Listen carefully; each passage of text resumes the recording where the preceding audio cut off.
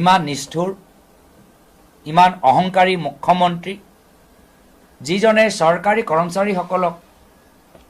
নিজৰ ব্যক্তিগত সম্পত্তিৰ দৰে ব্যৱহাৰ কৰে এনেদৰে অহংকাৰী মুখ্যমন্ত্ৰী মই ভাৰতবৰ্ষত ক'তো দেখা পোৱা নাই একে অৱস্থা আমাৰ NHMৰ rural doctor and health workers কিমান তেওঁলোকৰ সুবিধা চৰকাৰে ল'লে যেতিয়া কোভিড আছিল তেতিয়াতো কিমান অভাৰটাইম কৰালে তেওঁলোকৰ পৰা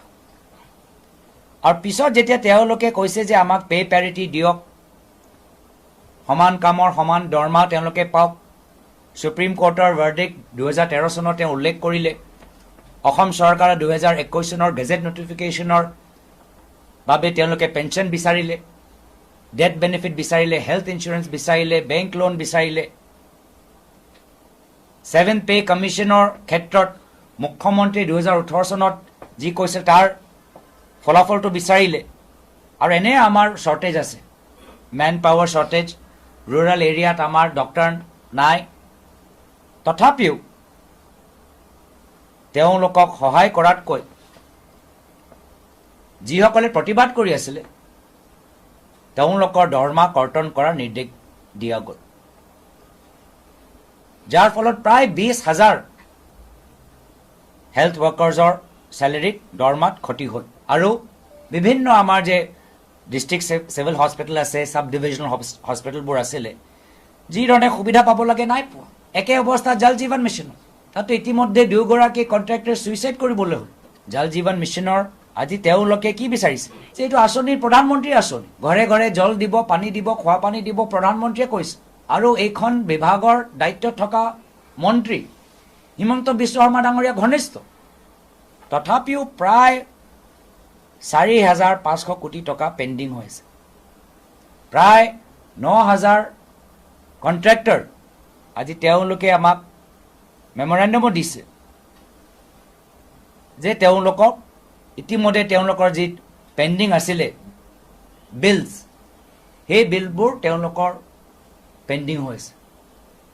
আৰু বিল ক্লিয়াৰ কৰোঁতেও কৰাপশ্যন দুৰ্নীতি যিবোৰ ঠিকাদাৰ কোনোবা এজন শক্তিশালী বিজেপি নেতাৰ লগত ঘনিষ্ঠ তেওঁলোকৰ বিলবোৰ ক্লিয়াৰ হৈ আছে আৰু যিসকলে বেংক লোন লৈছে যিসকলে কৰবা ধাৰ লৈছে নিজে আৰম্ভ কৰিছে তেওঁলোকৰ অৱস্থা নাই তেওঁলোকৰ বিলবোৰ এনে পৰি আছে তো তেওঁলোকৰ বাবে যি সুবিধা পাব লাগে আজিতো মুখ্যমন্ত্ৰী নিমাত একো কৰা নাই তাৰ বিপৰীত নতুন SOPহে ওলাইছে তো এই ক্ষেত্ৰত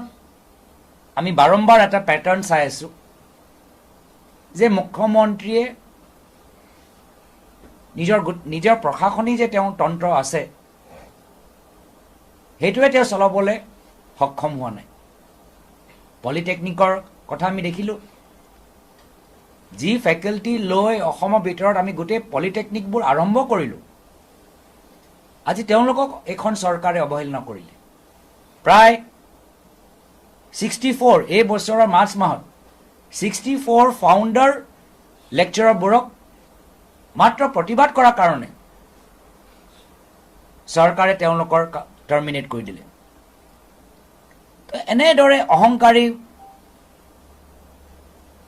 ব্যৱহাৰ আমি বাৰম্বাৰ আমি চাই আছো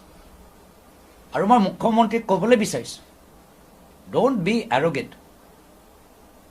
you have to depend on the goodwill of government workers if you want to deliver public benefit to the public মাত্ৰ তেওঁলোকক চিৰদিনৰ বাবে কন্ট্ৰাকচুৱেলৰ অৱস্থাত ৰাখি যি ইচ্ছা কৰাটো উচিত নহয় যদি ফ্লাইঅভাৰ বনাবলৈ ঢেৰ পইচা আছে যদি বিভিন্ন সাংস্কৃতিক অনুষ্ঠান পাতিবলৈ যদি ঢেৰ পইচা আছে তেতিয়া যিসকলে কষ্ট কৰি আছে তেওঁলোকৰ দৰমহা বৃদ্ধি কৰাত তেওঁলোকৰ ডিয়াৰনেছ এলাউন্স পোৱাত তেওঁলোকে সময়মতে মেডিকেল বেনিফিট পোৱাত ইমান আপত্তি কিয় শিক্ষা বিভাগৰ টিউটৰ একে অৱস্থা 5 ছেপ্টেম্বৰ প্ৰায় 9,000 মানুহে প্ৰতিবাদ কৰিবলৈ হ'ল টিউটৰবোৰো আজি তেওঁলোকে বিচাৰে যে তেওঁলোকে পে প্ৰটেকশ্যন পাওক, এৰিয়াৰবোৰ যি পেণ্ডিং এৰিয়াৰ আছে সেইখিনি পাওক। কিন্তু তেওঁলোকক সহায় কৰাতকৈ প্ৰায় 8,000 পোষ্ট, প্ৰাইমেৰী স্কুলৰ টিচিং প্ৰায় 8,000 পোষ্ট এইখন চৰকাৰে নাইকিয়া কৰি দিছে। পঞ্চায়ততো একে 8,000 কণ্ট্ৰেকচুৱেল এমপ্লয়িজ পঞ্চায়ত ৰুৰেল ডেভেলপমেণ্টৰ প্ৰতিবাদ কৰি আছে নৱেম্বৰ 11 তাৰিখৰ পৰা। এইবোৰ দৃশ্য আমি প্ৰত্যেক দিন আমি চাইছোঁ। আমি ভাবিছিলোঁ মুখ্যমন্ত্ৰী ডাইনামিক, ইমান বছৰৰ পৰা তেওঁ ক্ষমতাতে আছে, নিশ্চয় জানে যে যিদৰে প্ৰাইভেট ছেক্টৰত এমপ্লয়িজবোৰ সময়মতে বছৰে বছৰে ইনফ্লেশ্যন চাই, মূল্য বৃদ্ধি চাই, সমান সুবিধা বৃদ্ধি হোৱাটো বিচাৰে। আমাৰ চৰকাৰী বিষয়াবোৰো নিজৰ নিৰাপত্তাৰ বাবে, নিজৰ ঘৰখন চলাবলৈ কোনো স্বাৰ্থ নাই, মাত্ৰ নিজৰ ঘৰখন চলাবলৈ, নিজৰ ল'ৰা ছোৱালীবোৰ পঢ়াবলৈ কিছু সুবিধা বৃদ্ধি হোৱাটো বিচাৰে। আৰু মই ভাবোঁ এটা দায়িত্ব থকাৰ চৰকাৰৰ কৰ্তব্য যে যদি জনসাধাৰণক সুবিধা দিবলৈ বিচাৰে তেতিয়া নিজৰ কৰ্মচাৰীসকলক সন্তুষ্ট কৰি ৰাখিব, অহংকাৰী ৰজাৰ দৰে ব্যৱহাৰ নকৰিব। আৰু সেইকাৰণে আমি বিৰোধী দল হিচাপে আমাৰ বিভিন্ন স্তৰৰ চৰকাৰী বিষয়াসকলৰ দাবীবোৰ আমি বিভিন্ন মঞ্চত আমি মাত মাতিবলৈ চেষ্টা কৰিছোঁ। য'ত য'ত আমাক নিমন্ত্ৰণ জনাইছে তাত গৈ উপস্থিত হৈ আমি সান্তনা দিবলৈ, সমৰ্থন জনাবলৈ আমি আগবাঢ়ি গৈছোঁ। আজিও সদনৰ ভিতৰত আমাৰ জল জীৱন আঁচনি লৈ মই কিছু কথাবোৰ উল্লেখ কৰিবলৈ বিচাৰোঁ। কিন্তু মই মাত্ৰ আমাৰ প্ৰতিবাদ কৰা কৰ্মচাৰীসকলক বাৰ্তা দিবলৈ বিচাৰোঁ, যিসকলৰ ওপৰত মুখ্যমন্ত্ৰীয়ে জুলুম কৰি আছে, অন্যায় কৰি আছে, অত্যাচাৰ কৰি আছে, যে কোনো মুখ্যমন্ত্ৰী ইমান শক্তিশালী নহয় যে চিৰদিন মানুহবোৰক অত্যাচাৰ কৰি যাব। সকলৰ সময় থাকে আৰু বৰ্তমানৰ মুখ্যমন্ত্ৰীৰ ওচৰত মাত্ৰ 3-4 মাহ আৰু আছে। অলপ সময় আগতে 108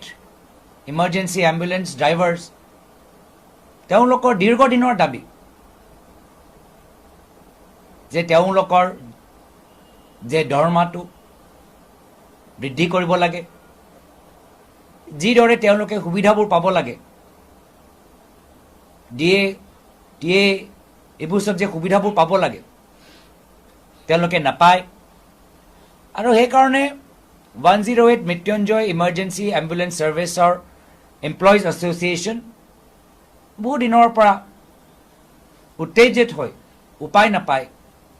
তেওঁলোকে দাবী জনাই আছে। আৰু দুখ লাগে যে যিগৰাকী service operator EMRI green health services, তেওঁলোকে নিজে স্বীকাৰ কৰিছে যে হয় কেতিয়াবা আমাক এই ভেৰিয়েবল ডিয়াৰনেছ এলাউন্স দিওঁতে অলপ দেৰি হৈছে, পলম হৈছে। আৰু তেওঁলোকে জাপি দিয়ে যে বা গোটেই চৰকাৰৰ ওপৰত জাপি দিয়ে নিজৰ দায়িত্বটো, যে চৰকাৰৰ পৰা ক্লেৰিফিকেশ্যন সময়মতে নাহে আৰু সেইকাৰণে ভেৰিয়েবল ডিয়াৰনেছ এলাউন্স দিওঁতে পলম হ'ল।